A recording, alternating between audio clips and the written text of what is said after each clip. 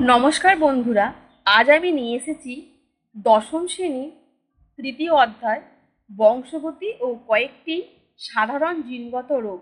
এই অধ্যায় থেকে যে সমস্ত প্রশ্নগুলো ইম্পর্টেন্ট সেই সমস্ত প্রশ্নগুলো নিয়ে আলোচনা করব, যেটা তোমাদের সেকেন্ড সাবমিটিভ ইভ্যালুয়েশনের ক্ষেত্রে ইম্পর্টেন্ট ও মাধ্যমিক তোমরা যে দেবে 2026-এ সেক্ষেত্রেও ইম্পর্টেন্ট। তো বন্ধুরা, যারা আমার চ্যানেল এখনো পর্যন্ত সাবস্ক্রাইব করোনি তারা প্লিজ আমার চ্যানেলটা সাবস্ক্রাইব করে বন্ধুদের মধ্যে আমার চ্যানেলের লিঙ্কটা শেয়ার করে দিই। তাহলে চলো আজকে আমি দেখে নিই এই বংশগতি ও কয়েকটি সাধারণ জিনগত রোগ এই অধ্যায় থেকে কি কি প্রশ্ন আসতে পারে বা এই অধ্যায়ে যে প্রশ্নগুলো হয় সেগুলো ঠিক কীরকম। দেখো, তোমাদের প্রথমেই আছে বিভেদ বা প্রকরণ কাকে বলে। এই যে বিভেদ বা প্রকরণ, এখানে দেখো যে কোনো সন্তান অর্থাৎ পিতামাতার সবকটি সন্তানের দৈহিক গঠন, চোখের মনির রং, গায়ের রং, আকৃতি, বুদ্ধি হুবহু এক হয় না, একেই বিভেদ বা প্রকরণ বলে। তাহলে একই পিতামাতার সকল সন্তানের দেহের বাহ্যিক যে গঠন সেটা একরকম হয় না, তাকেই বলা হয় বিভেদ বা প্রকরণ। এরপরে দেখো নেক্সট যেটা আছে সেটা হচ্ছে জেনেটিক্স, বংশগতি ও প্রকরণ কি, অর্থাৎ বংশগতি কাকে বলে। বংশগতি দেখো জননের মাধ্যমে জনিত জীবের গুণগত উপলক্ষণগুলি অপত্য জীবে বা সন্তান সন্ততিতে বংশ পরম্পরায় বা একটি জনু থেকে পরবর্তী জনুতে সঞ্চারিত হওয়াকে বংশগতি বলে। তার মানে এখানে বংশগতি বলতে কি বোঝো, এটা থেকে তোমরা কি বুঝতে পারলে না, জননের মাধ্যমে জনিত জীবের যে লক্ষণ আছে গুণগত উপলক্ষণ সেগুলো অপত্য জীব অর্থাৎ তাদের সন্তান সন্ততির মধ্যে বংশ পরম্পরা একটি জনু থেকে পরবর্তী জনুতে সঞ্চারিত হওয়া, সেটাই হলো বংশগতি। জেনেটিক্স বা সুপ্রজনন বিদ্যা বলতে কি বোঝো, জিনের গঠন, কার্যপদ্ধতি, বংশানুক্রমিক সঞ্চারণ ও বংশগতি সম্পর্কিত সকল তথ্যাদি সম্পর্কে জ্ঞান লাভ করা, তাকে বলা হয় জিন তত্ত্ব বা সুপ্রজনন বিদ্যা বা জেনেটিক্স। অর্থাৎ জিনের সম্পর্কে, তার গঠন, তার কার্যপদ্ধতি, তার সঞ্চারণ ইত্যাদি সম্পর্কে যে সমস্ত জ্ঞান অর্জন করা হয় তাকেই বলা হচ্ছে জিন তত্ত্ব বা সুপ্রজনন বিদ্যা বা জেনেটিক্স। এরপর দেখো একই প্রজাতির সকল জীবে একরকম হয় না, একই পিতামাতার সব সন্তান একরকম হয় না, যে বৈচিত্র্যের জন্য একজনকে অন্য থেকে পৃথক করা যায় তাকে প্রকরণ বা বিভেদ বলা হয়। ধরো কোনো পিতামাতার যমজ সন্তান হয়েছে, যমজ সন্তান হলেও তাদের দুজনকার মধ্যে কোনো না কোনো পার্থক্য থাকবেই, যেটা থেকে দুজনকে আলাদা করা যায়। সেই কারণেই বলা হচ্ছে যে একই পিতামাতার সকল সন্তানের মধ্যে বাহ্যিক যে লক্ষ্য সেগুলো সবসময় একরকম হয় না, একেই বিভেদ বা প্রকরণ বলে। এরপর দেখো তোমাদের এই যে প্রকরণের প্রকারভেদগুলি, এই প্রকরণের প্রকারভেদগুলি কতগুলো উদাহরণ আছে মানুষের ক্ষেত্রে, সেই উদাহরণগুলো তোমাদেরকে করতে হবে। যেমন মুক্ত ও সংযুক্ত কানের লতি, কানের লতির নিচের প্রান্ত মুখমণ্ডলের সঙ্গে যুক্ত থাকে না। কতিপয় মানুষের কানের লতি মুখমণ্ডলের সঙ্গে যুক্ত, একটি অটোজোমীয় জিন মুক্ত কানের লতির জন্য দায়ী। ওই অটোজোমীয় জিনের প্রচ্ছন্ন অ্যালিল যুক্ত যুগ্মযুক্ত কানের লতির জন্য দায়ী। অর্থাৎ দেখো এই যে এখানে কানের দুটো তোমরা ছবি দেখতে পাচ্ছ, একটা হচ্ছে সংলগ্ন কানের লতি আর একটা মুক্ত কানের লতি। দেখো একটা কান একদম আমাদের গালের সঙ্গে দেখো জোড়া পুরো, সেটা হচ্ছে আমাদের সংলগ্ন কানের লতি, আর একটা দেখো সামান্য ফাঁকা আছে, এটাকে বলা হচ্ছে মুক্ত কানের লতি। এই যে সংলগ্ন কানের লতি এটা হচ্ছে প্রচ্ছন্ন চরিত্র। এবার মুক্ত কানের লতিটা দেখো আমাদের প্রকট চরিত্র। এরপর দেখো রোলার ও স্বাভাবিক জীব। রোলার জীব দেখো কিরকম, যে জীবটা সহজে ভাঁজ করা যেতে পারে নানাভাবে, সেটাকে বলা হচ্ছে প্রকট চরিত্র, এটা রোলার জীব। এবার ভাঁজহীন স্বাভাবিক জীব, যেটা সোজা তাকে একদম থাকে, তাকে ভাঁজ করা যায় না, যেমন একে বলা হয় প্রচ্ছন্ন চরিত্র।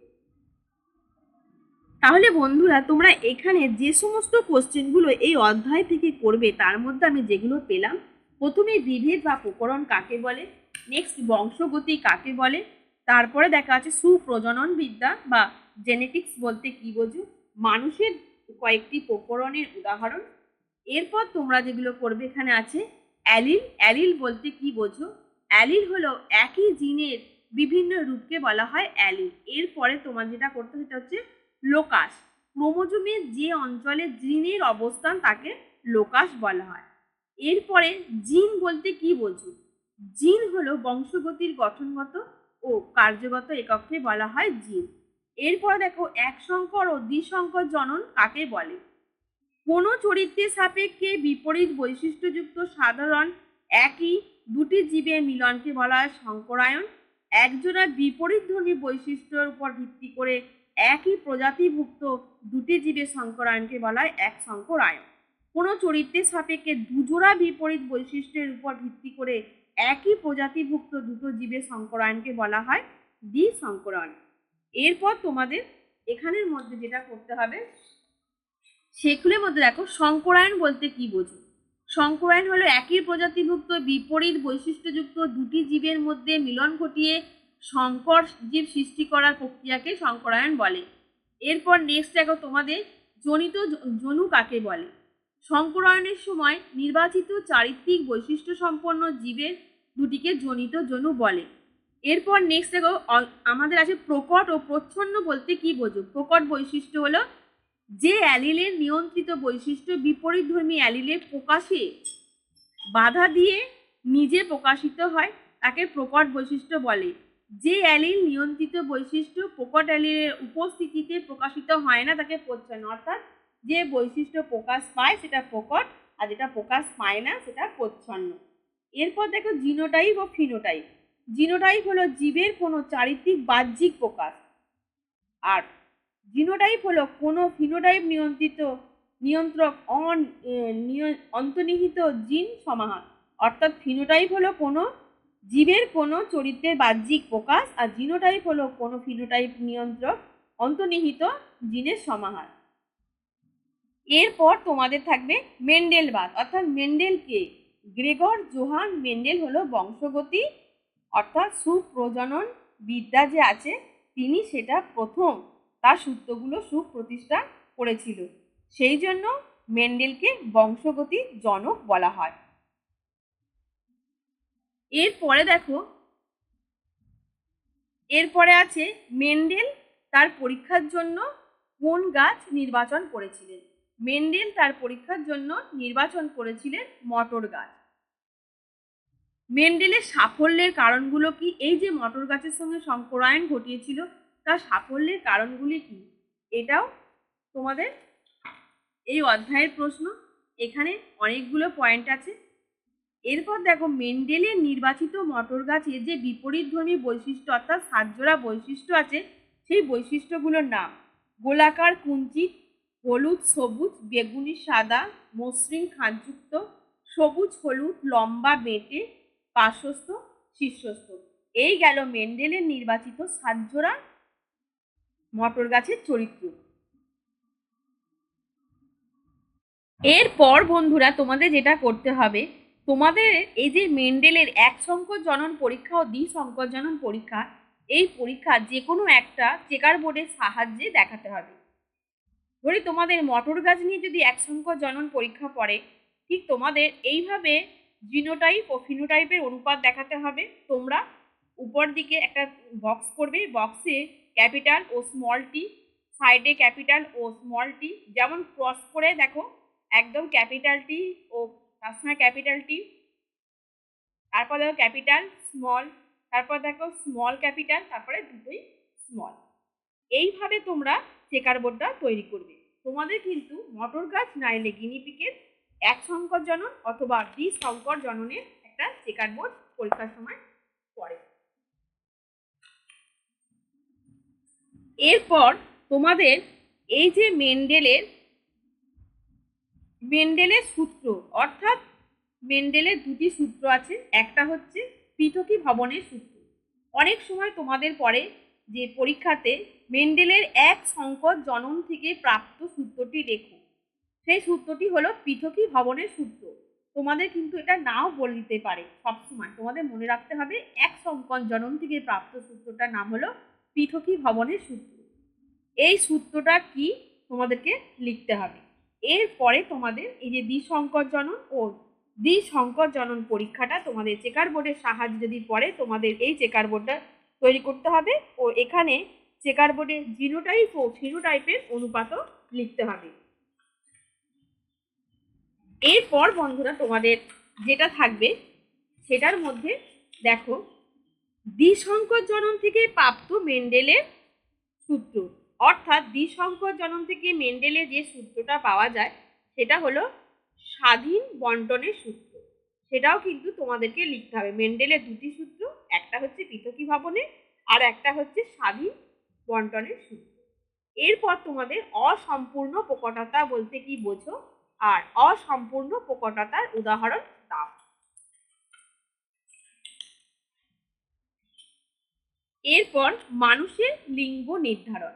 মানুষের লিঙ্গ নির্ধারণে এখানে যে তোমার দেখো পুরুষ এবং স্ত্রী ভেদে যৌন ক্রোমোজোম ও অটোজোমের বংশগতি নিরূপণ, অর্থাৎ লিঙ্গ নির্ধারণে পিতার ভূমিকা, এই ধরনের জিনিসগুলো তোমাদের এখানে করতে হবে।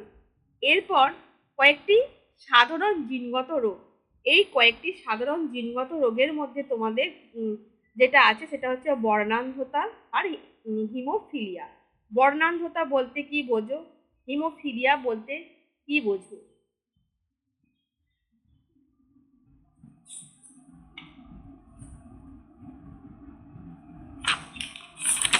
নেক্সট দেখো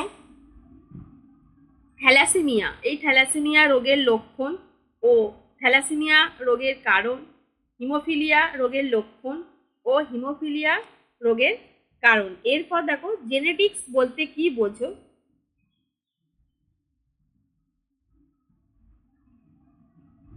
বংশগতি এবং জেনেটিক কাউন্সিলিং কি? তাহলে বন্ধুরা এই গেল আজকে আমার বংশগতি ও কয়েকটি সাধারণ জিনগঠিত রোগ অধ্যায় থেকে কিছু প্রশ্ন, যেগুলো তোমাদের সেকেন্ড সামেটিভ পরীক্ষার ক্ষেত্রে কাজে লাগবে ও 2026-এ মাধ্যমিক পরীক্ষার ক্ষেত্রেও কাজে লাগবে। তাহলে আজকে এই পর্যন্তই, আবার তোমাদের দেখা হবে নেক্সট ভিডিও নিয়ে। ধন্যবাদ।